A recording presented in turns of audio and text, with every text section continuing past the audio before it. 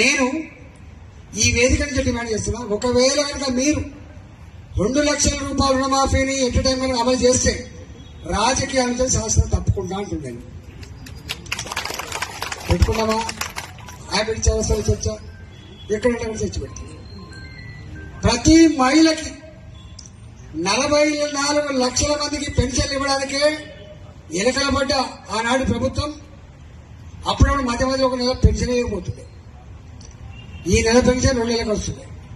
మరి వారేమో నాకు తెలిసి ఆడబిడ్డల సంఖ్య ఈ రాష్ట్రంలో జనాభా 4 కోట్ల పైచిలకే, 4 కోట్ల పైచిలకే. ఇప్పుడు 2011 ప్రకారంగానే 3.7 crores, ఇవాళ 4.5 కోట్లుందో 5 కోట్లుందో.